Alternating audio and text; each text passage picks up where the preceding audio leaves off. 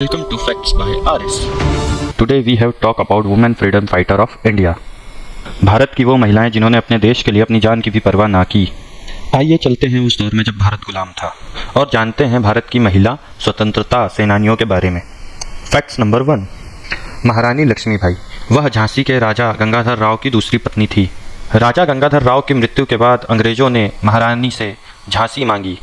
अंग्रेजों ने महारानी लक्ष्मीबाई के सामने एक प्रस्ताव रखा, डॉक्ट्रिन्स ऑफ लिप्स, जिसका ये अर्थ था सारा कार्यभार अंग्रेज देखेंगे और रानी सिर्फ नाम की रानी होंगी, जिसका महारानी ने विरोध किया।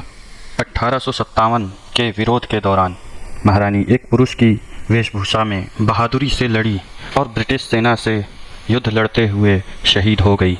उनका ये त्याग देख के करोड़ों भारतीयों को प्रेरणा मिली। बाद में यही प्रेरणा भारत को आज़ादी दिलाने के काम आई। Facts number 2, Begum Hazrat Mahal. वह अवध के नवाब वाजिद अली शाह की दूसरी पत्नी थी। एक अंग्रेजी अफसर डलहौजी चाहते थे कि लखनऊ उनको सौंप दिया जाए। उन्होंने इसका विद्रोह किया और 1857 की क्रांति में भाग लिया। लखनऊ के पतन के बाद वह काठमांडू चली गईं। Fact number 3, Kasturba Gandhi. वह महात्मा गांधी की पत्नी थी। ट्रांसवाल में कैद होने वाली वह पहली भारतीय महिला थी जिन्होंने 1942 में हुए आंदोलन अंग्रेजों भारत छोड़ो में भाग लिया था। उन्हें गिरफ्तार करके पूना में कैद कर दिया गया। उसी कैद के दौरान उनकी मृत्यु हो गई थी। फैक्ट नंबर 4, कमला नेहरू, जो भारत के पहले प्रधानमंत्री जवाहरलाल नेहरू की पत्नी थी। उन्होंने कई आंदोलन में भाग लिया था, जिसमें से प्रमुख था सविनय अवज्ञा आंदोलन, जिसका उन्होंने नेतृत्व किया था, जो अब के उत्तर प्रदेश में है। वहाँ पर उन्होंने नो टैक्स अभियान का भी आयोजन किया था।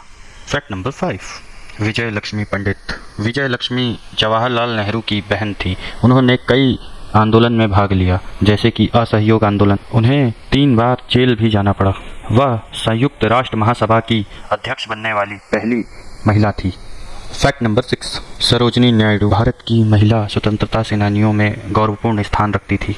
उन्होंने महात्मा गांधी जी के साथ कई आंदोलनों में हिस्सा लिया। भारत छोड़ो आंदोलन के दौरान उन्हें गिरफ्तार करके 21 महीनों तक जेल में रखा गया। वह 1925 में कानपुर अधिवेशन में भारतीय राष्ट्रीय कांग्रेस की पहली महिला अध्यक्ष भी बनी। वह अंग्रेजी भाषा की प्रतिभाशाली कवि थी, जिन्हें भारत का कोकिला भी कहा जाता था। स्वतंत्रता के बाद वह उत्तर प्रदेश की पहली महिला राज्यपाल बनी।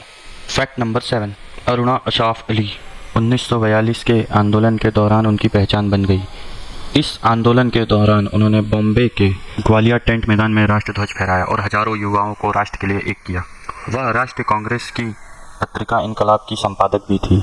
उन्हें भारत के सर्वोच्च पुरस्कार भारत रत्न से भी सम्मानित किया गया। फैक्ट नंबर 8, मैडम बीकाजी कामा। वह दादा भाई नौरोजी से प्रभावित थी। ब्रिटेन में भारतीय युवाओं के लिए एक प्रेरणा का भी स्रोत थी। उन्होंने 1907 में जर्मनी में अंतर्राष्ट्रीय समाजवादी सम्मेलन में भारत का ध्वज फहराया था और फ्री इंडिया सोसाइटी का भी गठन किया था। उन्होंने अपनी क्रांतिकारी विचारधारा को फैलाने के लिए वंदे भारत नाम की पत्रिका भी शुरू की थी, जिससे बाद में भारतीय युवाओं को देश को आज़ादी दिलाने के लिए तैयार किया गया। फैक्ट नंबर 9, कमला देवी चट्टोपाध्याय। यह दिसंबर के महीने में 1929 में युवा कांग्रेस की अध्यक्षा बनी और उन्होंने कांग्रेस को पूर्ण स्वराज को पाने का लक्ष्य घोषित करने के लिए अपील की। वह 26 जनवरी 1930 को पूरे देश के लिए एक प्रेरणा बन गई, जब एक सभा के दौरान उन्होंने तिरंगे की रक्षा के लिए उससे चिपक गई और उन पर कई वार हुए, जिससे उनका खून भी बहा, लेकिन उन्होंने तिरंगे को नहीं छोड़ा। फैक्ट नंबर 10, सुचिता कृपलानी। यह एक कट्टर समाजवादी नेता थी जो कि जयप्रकाश नारायण की करीबी थी। 15 अगस्त 1947 को संविधान सभा के स्वतंत्रता सत्र में वंदे मातरम गाया था। वह 1958 से 1960 तक भारतीय कांग्रेस की महासचिव थी और 1963 से 1967 तक उत्तर प्रदेश की मुख्यमंत्री भी रही।